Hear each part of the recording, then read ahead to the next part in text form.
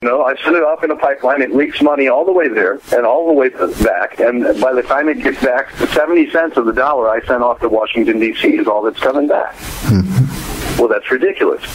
Right, and my impression is that, it's all relative, but Indiana tends to do fairly well with their budgeting, not necessarily overall, but relative to the other states. California, for example.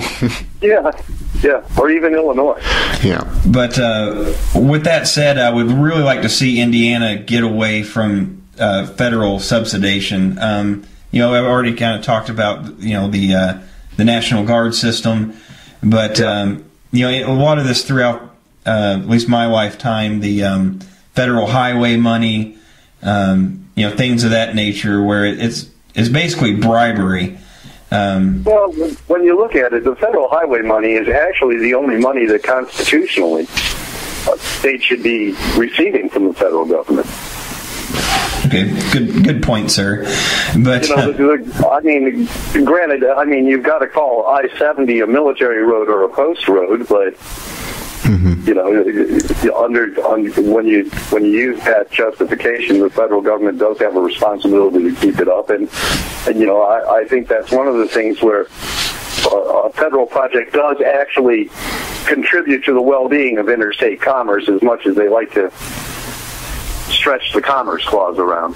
Well, yeah, that's true, sir. But I guess where I was going with that is it feels like the federal government holds that over the states' heads. Like, no, you will raise your drinking age. You will raise your smoking age. You will do this if you want this money. Speed limit, yeah. Yeah. Yeah.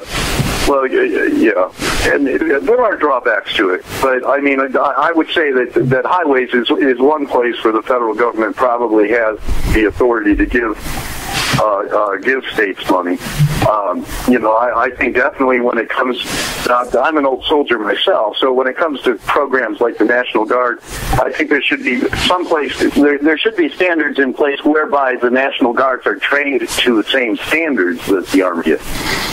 So that when we do go to war, National Guard units are capable of interoperating with regular Army units and with each other. But as far as being funded to the extent that they are, and that being held over the head of the governors, I think that's a bit much. I agree with you on that. Yeah, my understanding is that since they revamped the Insurrection Act in 2008, that the president can completely override the governor. For example, if our governor is like, no, I'm not sending troops to Iran, President Obama could be like, oh, yes, you are. So. Oh yeah, and that's been done before. Kennedy did it to George Wallace over the desegregation issue. George Wallace called out National Guard troops to enforce this. No, I'm not saying segregation is right. Don't get me wrong here. No, we're not. What's that? I said no. We're not the type of people like Ron Paul and the private property. Property laws, whenever, they say, oh, so you support segregation, or you support that type of activity, and it's kind of like, well, wait a minute. But, sorry, go ahead with your point. But George Wallace called out the National Guard to enforce segregation, and John Kennedy federalized those same troops the next day, with different orders. So, that's the kind of thing you can't be... You can't be doing. You've got to leave it to the states to enforce laws within their own borders. And, sir, I wanted to ask you about, what's the progress of your ballot access, both nationally and especially here in Indiana? And two, if you guys are running any candidates this go-around? Well, we don't have any candidates as of yet. We're still looking for people who'd like to run as candidates. We're a very small party at this time. We've only been organized about a year in Indiana now. I'll say this is the second time the Constitution's been in Indiana. It was here for a while, and then it went defunct. And I can't give you the years on that. My the secretary is more, our executive committee secretary is more in touch with the history of the party. But we've been as high as having ballot access in 41 states before. This year, it's probably going to be in the mid-30s nationwide. I'm thinking around 34 states. We've been party on the national level in several states to lawsuits to permit ballot access. Tennessee was successful in winning a lawsuit to get ballot access just recently.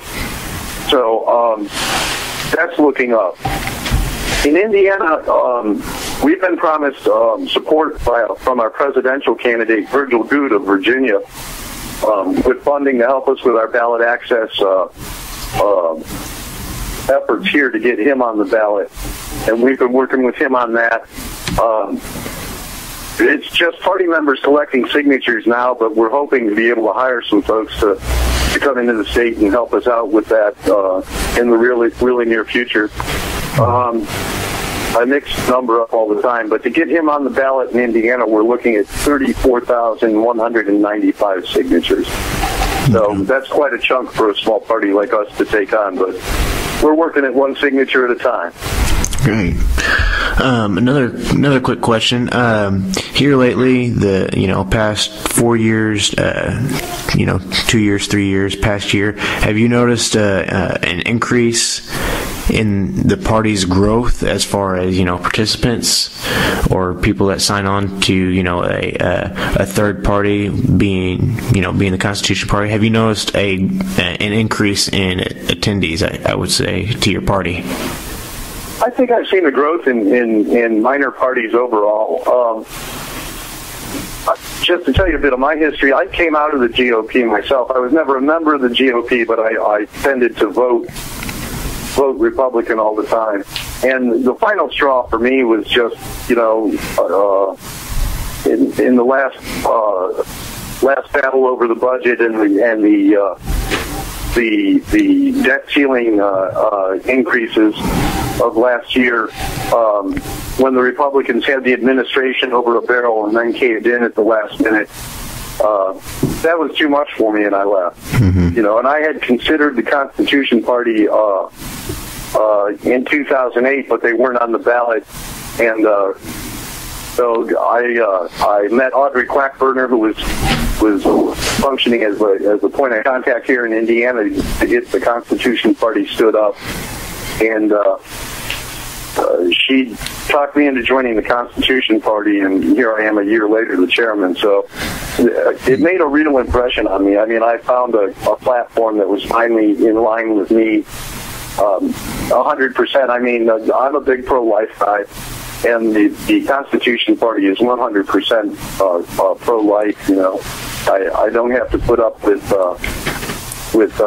pro-life Republicans anymore. So, but I've seen a growth in minor parties overall, and I mean, I'm talking in parties like the Greens and the Libertarian Party. I think has seen significant growth, and I'm surprised at how much interest there's been in the Constitution Party in Indiana. We're still growing, and boy, it would help us a lot if we could find somebody to run as a candidate this time around. So, no, and sir, we only have a minute or so left, but they actually helped answer my last burning question. Is so much of what you has said and we've discussed is remarkably very close to the Libertarian Party. So I was going to ask you, why a new party and why not, say, the Libertarian Party? Would it be the pro-life issue? I think the pro-life issue would be the biggest part of it. I think another, because, you can kind of pick and choose. The Libertarian Party doesn't take a firm stance on life issues, and they tend to be pro-gay marriage as well. And while most people in the Constitution Party realize that that's a state issue and not a national issue, we also realize, most of us see it as a social ill that we really can't afford. Okay. Yeah, I think, were you come down to cases, those would be the two issues that would separate us. Okay, sir. Philosophically, I think they tend to stress individual rights a bit more than we do. We tend to stress the rule of law a bit more. Okay, sir, we are out of the time, but thank you for the interview, and we wish you the best of luck. Sure. Visit us at cpindiana.org if you want to know more about the party in Indiana. All right. Thanks a lot. All right. It's a pleasure having you on. Thanks for having me. Thanks. Absolutely. Bye.